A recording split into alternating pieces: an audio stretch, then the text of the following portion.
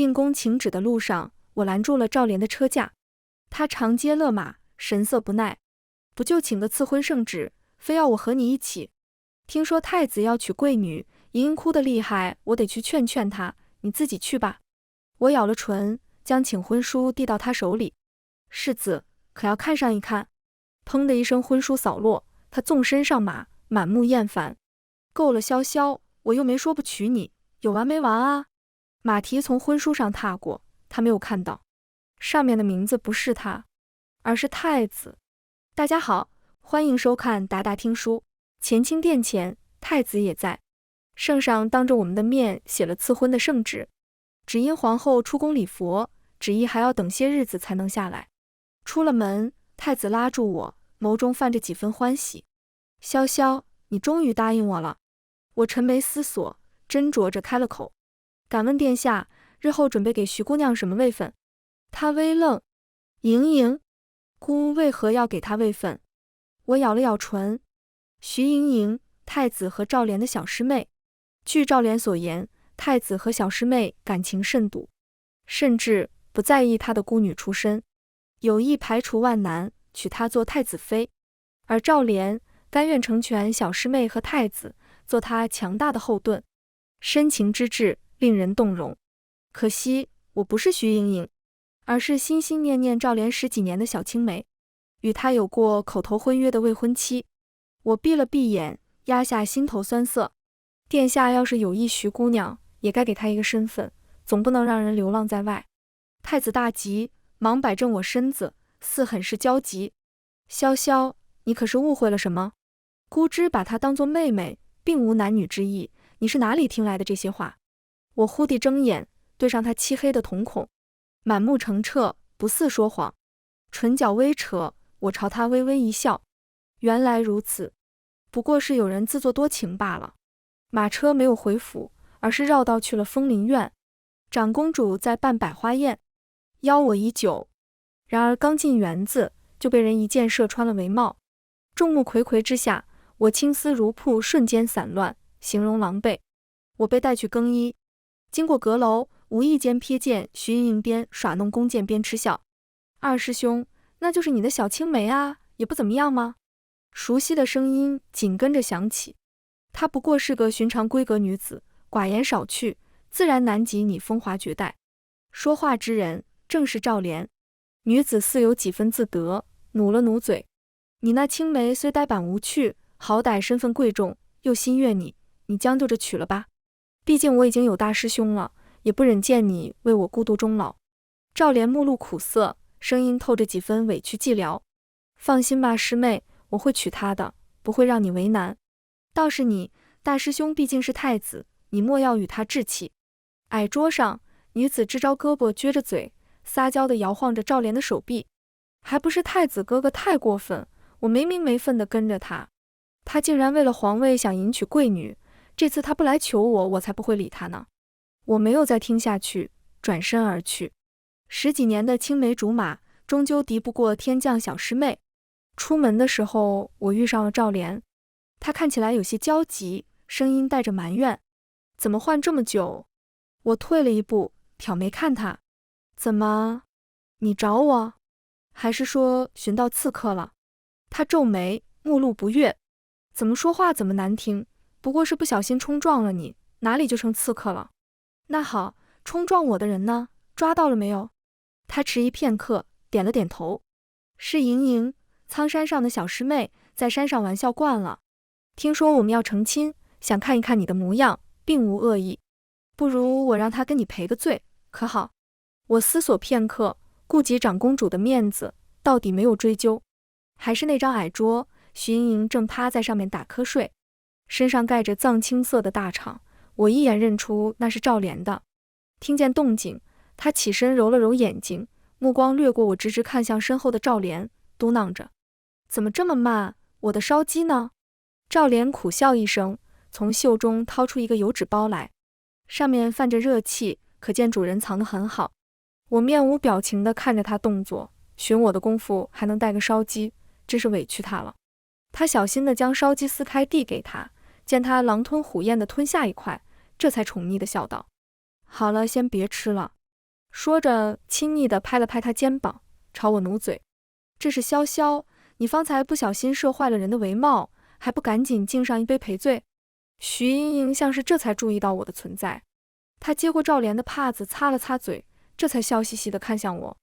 抱歉啊，穆小姐，我忘记你们闺阁女子不会舞，射个帷帽也能吓成这样，实在是我的不是。其实你大可以放心，我箭术很准，绝不会伤到你的。说完，他亲自倒了杯酒水，递到我手里。赵莲也看过来，期盼地看着我。好了，潇潇，看在我的面子上，别跟他计较。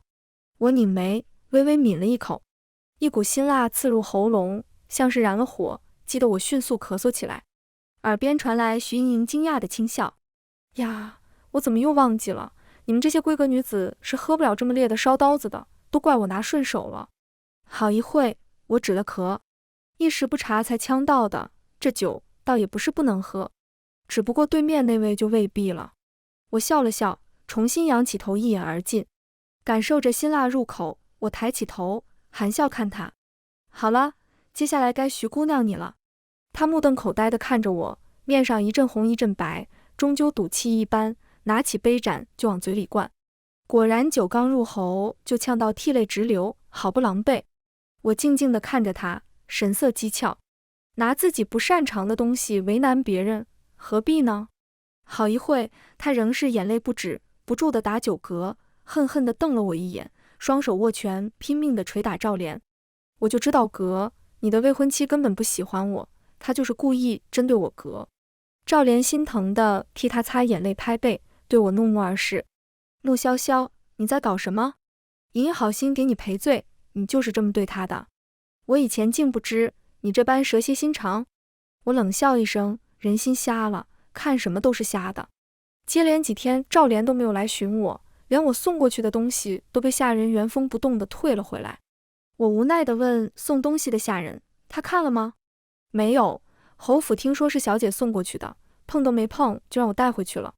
说完他又面露犹豫，小声道：小姐不如先不送了，那边的门房说的可难听了，说小姐惹世子生气了，如今上赶着讨好世子，世子不胜其烦什么的。我叹了口气，默默让丫头把箱子带下去。箱子里都是赵莲曾送予我的物件，我不过是想还回去而已。心中烦闷，我约了几个好友出门踏青。午后在四宝胡同逛了几个时辰，直到天色渐晚才归家。没想到刚进花厅，迎面碰上一位不速之客。徐莹莹一身浅绿色衣裙，坐在我母亲身侧，正陪着她说笑。见我进门，她扶着母亲站起来，言笑晏晏：萧姐姐来了，刚才我们还说起你呢。熟人的姿态，仿佛她才是国公府的大小姐。随着她的动作，发间的步摇金光闪烁。我眸光微沉，这分明是我曾赠予赵莲的那只。我上前一步，猛地上前拔下她的步摇，重重地扣在桌面上，强压着怒火。谁准你来的？她呀的一声尖叫，迅速躲到母亲身后。姐姐这是做什么？母亲救我！我心中一个机灵，厉声道：你喊她什么？我娘边安抚她，边不明所以地看着我。怎么回事？不是你说要认应做义妹，给她抬一抬身份，也好嫁给太子的时候不寒酸？我浑身一震，如遭雷劈。因着圣上有言，赐婚圣旨须等皇后回来，我与家中并未说过赐婚一事。良久，我听见自己拔高的嗓音：谁？我什么时候说过？我娘大急，忙把我拉到一侧：自然是莲哥啊，他特地把人送过来，说是你的意思，还暗示我们好好照看徐小姐，说她是有大造化的，你向来爱重莲哥，徐小姐头上还戴着你的金凤步摇，我怎能不信？炽烈的怒火在胸腔中翻腾，几乎凝成实质，将我彻底吞噬。是赵莲，这只金凤步摇是从她下山归家那天就同我讨要，说是见差如见人。原来她从刚下山的那一刻起，就开始给她心爱的小师妹铺路算计了。徐莹莹是孤女出身，按她这样的身份，哪怕是给太子做侧妃都是不够的，偏偏她还妄想做太子妃。赵莲千方百计的想给她一个贵女身份，竟敢将主意打到我身上，打到定国公府，也不看看她配不配。我深吸一口气，大致和我娘说明了一番原委。我娘略带忧愁，都是母亲不好，没有多问你一句，只想着你看重世子，生怕他不高兴怪罪你。我心底泛酸，是我一直心心念念要嫁给赵莲，连带着爹娘也跟着我受委屈。不过人带进来了，要赶出去总要有个名头。我双眸微眯，浮起意味不明的笑意。母亲不必为难，谁说非要赶出去？我有个法子。第二日一早，天光刚亮，我正要出门，迎面与风风火火赶过来的赵世子撞上。看到我，他眼睛一亮，晃了晃左手的金弓，朝我挑眉。莹莹的弓箭忘记拿了，我正要送过去，他住哪个院子了？快带我去见他。我瞧着他，目露讥讽。赵世子没有什么要跟我解释的。他微愣，继而不耐烦地摆手。有什么好解释的？这点小事若你都做不好，日后还有什么脸面嫁给我做侯府主母？我冷笑一声，疾步而去。他既然想见，给他见就是了。一路上他还在念叨着，莹莹可是未来的太子妃，你平日里静着些，莫要拿国公府那一套规矩束缚她。等她以后入主中宫，你们国公府少不得好处不对，你让莹莹住哪儿了？这怎么像是下人住的地方？我闻所未闻，伸手推门。凌乱的院落里，一身丫鬟装扮的姑娘正挽着袖子，哭哭啼啼地捶打着衣裳。在她身后立着个5大3粗的婆子。听见门响，姑娘转过头来，露出一张委屈通红的脸。赵莲愣怔片刻，猛地转身看向我，面色瞬间铁青。穆潇潇，你竟敢让她做婢女！徐莹莹像是看到了救星，丢了棒槌就扑到她怀里大哭。赵莲心疼地抱住她，傻丫头，你就这么乖乖听话？他们家竟然连个婆子都是会舞的，他们欺负我，我非要太子哥哥诛他们9族不可。赵莲死死地盯着我，怒火中烧。穆潇潇，你好大的胆子，竟然敢阳奉阴违！我们赵家可容不得你这样自作主张的毒妇，休想我再娶你！说罢，拉着人气冲冲地往外走。反倒是徐莹莹，虽哭得厉害，脚下却是不动，看着我又看向赵莲，目光游移，似是有悄悄话要对她说。我耸耸肩，离远了些。好一会，赵莲终于出来，扶着手看向我施舍一般。既然莹莹替你求情，那就算了。莹莹可是未来的太子妃，就算是争风吃醋也该有个度。等太子殿下来接莹莹的时候，我看你怎么交代。说完甩袖而去。我深深地看了眼默不作声继续洗衣服的徐莹莹，也没有再停留。主院里，我娘正盘算着我的嫁妆，见我进门，慌忙拉着我看嫁妆单子。潇儿快来，有没有什么要补充的？皇上赐婚这么大的事儿，你也不早说，嫁到东宫可不比侯府，得更仔细些才行。我叹了口气，圣旨没下来，娘先别声张。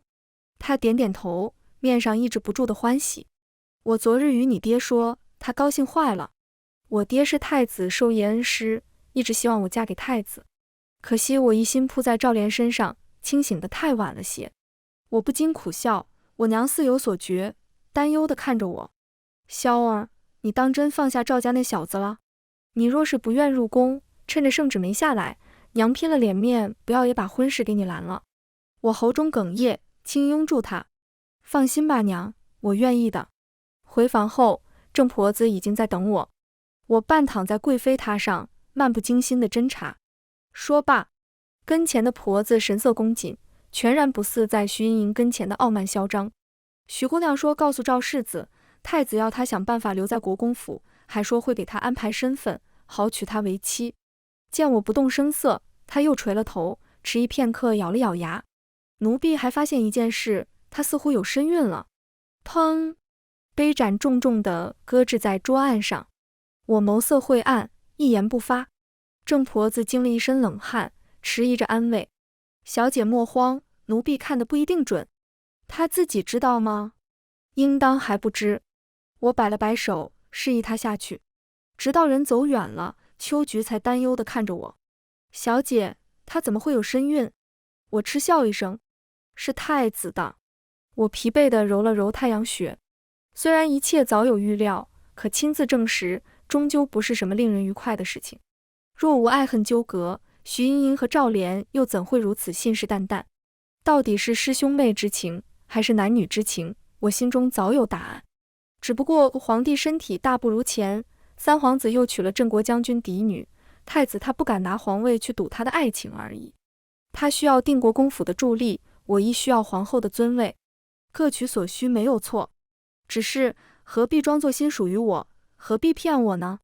秋菊接手给我揉发，叹了口气：那小姐还嫁给太子殿下吗？我合上眼，慢慢放松下来。嫁，为何不嫁？不管是赵衍，亦或是太子，都非我良配。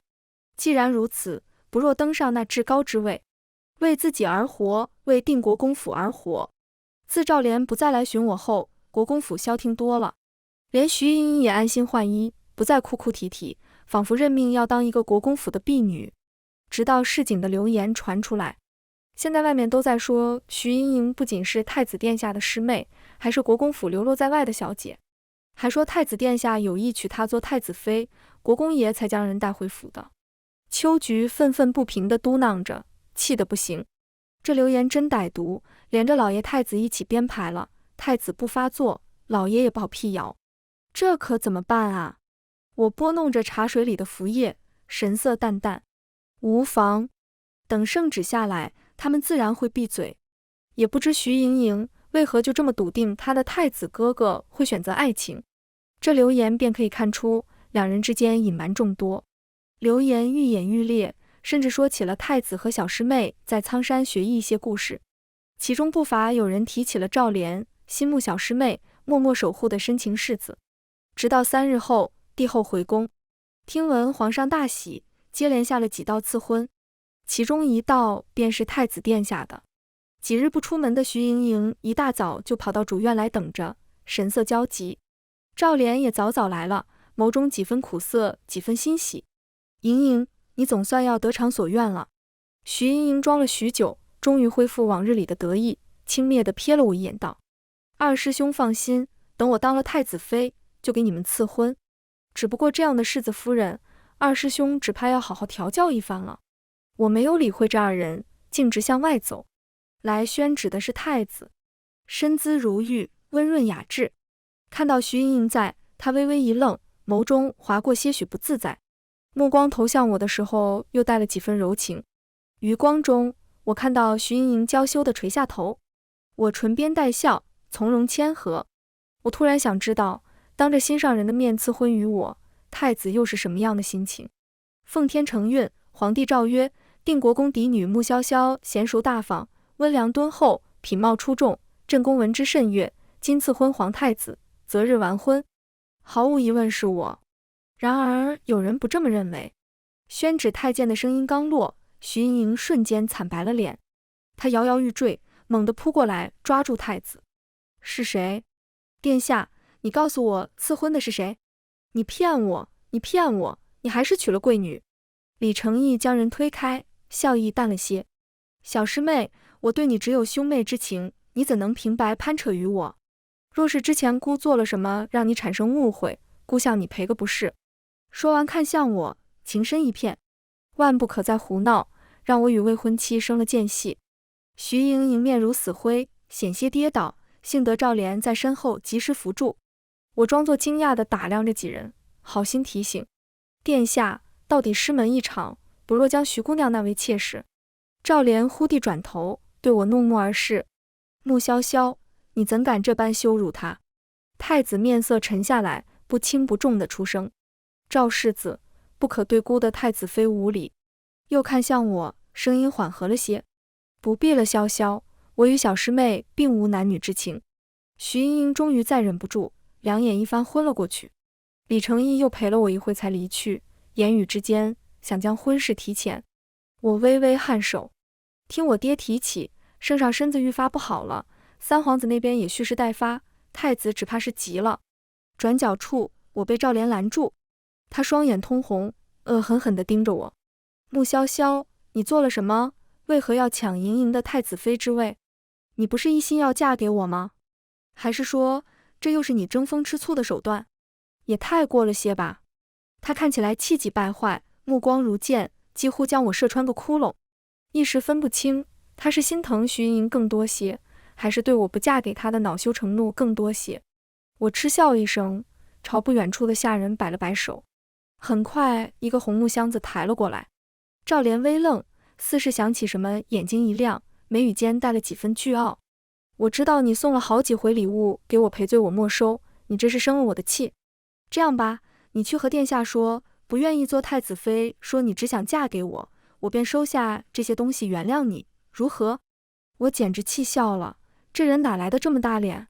一脚踢向红木箱，沉重的箱盖应声而开，我唇边勾起淡淡的讥讽。赵世子要不要瞧上一瞧，这箱子里究竟是些什么？他不耐地伸头去看，只一眼整个人愣住，脸色铁青。穆潇潇，你竟然早就想与我两清，你怎么敢？他脸色涨红，身子猛地后退一步，不可置信地看着我，气得浑身颤抖，像是现在才终于意识到争风吃醋是假，不愿嫁他才是真。羞恼混着说不清道不明的失落混在一起，几乎将他淹没。我半合着眼睛，别有意味地轻声开口：太子妃一事已成定局，世子痴恋徐姑娘多年，难道就不曾做他想？他怔住，下意识地反问：什么意思？我微微侧头，低声蛊惑：徐姑娘正是伤心的时候，世子既然爱慕她，为何不亲自娶她呢？他眉心骤然发紧，若有所思。他也该想想了，一个孤女而已，为何太子娶得，他娶不得？赵莲果然没有辜负我的期望。不出半日，他抱着衣衫不整的徐盈盈在房间苟且的消息传得满府皆知，她被太子抛弃了，不再是人人争抢的宝了。又不是多么身份高贵的女子，她为什么不能拥有她呢？赵莲是个男人，男人总有劣性，别人来抢的总觉得是好的，别人扔下的多少也带了廉价。面对心爱的女子，又是哭倒在他怀里心灰意冷的女子，他把持不住很正常。不过他是真心爱慕她，也愿意娶她给他负责。他已经是个极好的男人了，不想动脑子，我也能猜到赵莲的想法。徐盈盈清醒后大哭了一场，如我所预料的那样，她到底同意这桩婚事。用完晚膳，她来寻我，眼睛里还带着红，见到我仍恨得不行。你同意让我以国公府表小姐的身份出嫁，不就是为了早点打发我吗？你怕对不对？你怕太子哥哥心中有我，怕你的太子妃之位不稳。你赢了，我答应嫁给赵莲，我要李承义悔恨终生，我要让他后悔一辈子。他既然骗我，就要承受失去我的代价。我端了茶，不送。瞧，恋爱脑的思维就是很简单。赵莲的婚期与太子和我的定在了同一天，这是徐盈盈要求的，我无所谓，随便他折腾。凤冠霞帔，洞房花烛。太子挑开喜帕，笑意盈盈地望着我：潇潇，姑终于娶到你了。任谁来看，都是一个终于得偿所愿的羞涩新郎模样，只可惜虚伪至极，令人作呕。我面上含笑，亦是无限娇羞。喜烛燃烧，红帐飘摇，同床异梦，不过如此。夜半，我做了噩梦，梦里我在做皇后的第3年，被李承义一杯毒饮镇杀，而他拥着徐盈盈立在我面前，神色恨恨。都怪你，朕才委屈了盈盈多年，还假模假样的让朕纳盈盈为妃。笑话，朕的盈盈只做皇后。这段时间我一直做这个梦，就像之前一直梦见我嫁给了赵莲，被冷落孤独终老一般。后者我避开了，前者我也绝不会让它实现。李承义被我惊醒，轻柔地为我披上衣服。怎么了，潇潇？可是做噩梦了？温润的面孔同梦里狰狞的脸重合在一起，我压下心底的波涛，报之一笑。无事。不知等你得知徐盈嫁人了，还能不能仍心无芥蒂地娶她做皇后？他叹了口气，将我揽在怀中。定是姑做得不好，才让潇潇做噩梦了。我笑着摇了摇头。殿下待我是再好不过的，我还有哪里不满足？他顿了片刻，像是想起什么，迟疑着开口：潇潇，小师妹与我到底师兄妹一场，可惜身份低微了些，不如让国公认她做义女。日后我给她寻个良人嫁了，也算对得起她一片心意，你觉得如何？狐狸尾巴终于露出来了。认她做义女，是为了好以后取代我的身份吧？我笑着点点头。这些哪里需要殿下操心？今日我们成婚，也是徐姑娘的大喜之日呢。他瞬间制住，他跟谁大喜？自然是和赵莲赵世子，世子爱慕他已久，总算得偿所愿。他大惊，怎么可能？赵世子不是说娶你府上的表小姐？徐姑娘就是表小姐啊，我和殿下想到一起去了，想着到底是殿下的师妹。徐姑娘要出嫁，总要给她一个身份才是。殿下，你说妾身是不是想得很周到？身后的呼吸声加重了些，良久我听到了几近咬牙切齿的声音，是很周到。次日一早，我与太子进宫请安，御花园内正巧碰上赵莲带着徐盈盈问安太后，八目相对，除了我，皆红了眼。赵莲脸上的欢喜在见到我和太子紧握的手骤然消失，太子眉眼含笑，只眼底压下万千波涛，望着徐盈抿着唇一言不发，捏着我的手阵阵发紧。徐盈盈亦同样望着他，倔强地咬紧下唇，渲然欲泣欲说还休，最终轻哼一声别过头去。赵莲这才想起他，见到两人的神色，脸色更绿了，隐隐有蔓延到头顶的趋势。请安后，皇后单独留了太子叙话，我闲来无事四处逛逛。后山一角，熟悉的声音隐约传来：盈盈，你这是什么意思？为何要嫁给赵莲？是太子。我犹豫片刻，隐藏起身子。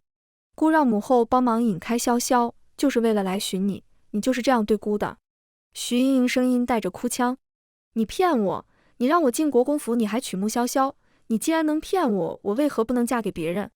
太子负手踱步，带着压抑的怒气：我让你去国公府是为了以后取代穆潇潇的，结果你好端端的在流言里乱加坏我计划。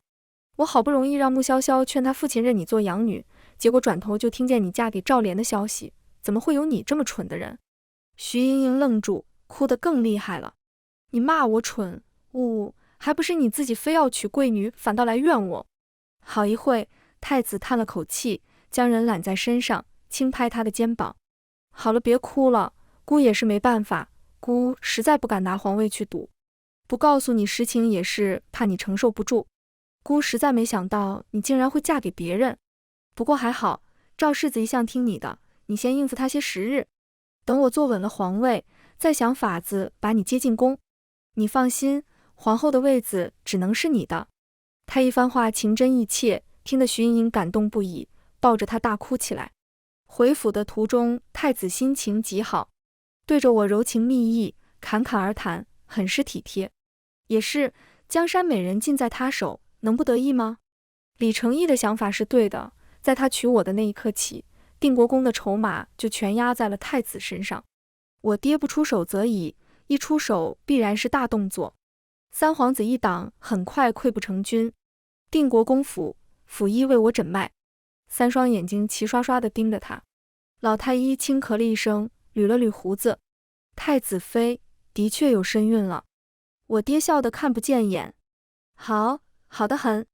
李承义那厮既然敢对不起你，去负留子，扶持外孙儿登基倒也不是不行。老虎不发威，都当老子是病猫呢，竟然还敢散播老子流言。要不是你当初拦着，早就该给他们颜色瞧瞧了。白瞎你娘对我又捶又打。赵世子那边近来也很是热闹，听闻徐盈盈有了身孕，都2个月了，这就尴尬了。世子夫人进门才将1月多，何来的2个月身孕？赵莲咬着牙承认是自己的种，她偷摸着想打掉孩子，徐盈盈哭闹着不同意。太子这边因着关键时刻顾及着国公府，也不敢出面说话，任由赵莲和徐盈盈闹得天翻地覆。我当笑话一样说给太子听，反正都是他的骨肉，不过早1个月生而已，也不知世子闹些什么，总不会怀疑孩子不是他的吧？李承义眼神闪烁，笑容勉强：怎么会，小师妹向来自爱，应当是世子多虑了。也就是这个时候，丧钟敲响了，太子精神一振，忙不迭地往宫里赶。我望向暗沉的天色，沉默不语。皇帝驾崩，要变天了。一众命妇进宫哭灵，包括世子妃徐盈盈。太子哭了好几场，憔悴的厉害，偏又整个人凝神抖擞。徐盈盈的变故我是猜得到的，所以他浑身是血找上我的时候，我并不震惊。他整个人浑浑噩噩，状若疯癫。穆潇潇，他是个混账，嫁给他你会后悔的，你会后悔的。他要杀我们的孩子，他竟然骗我喝落胎药，怎么会这样？到底为什么会这样？他明明说过会对我好的，为何骗了我一次又一次？其实没有为什么，在他身孕月份不对的消息传出来的时候，他这一胎就保不住了。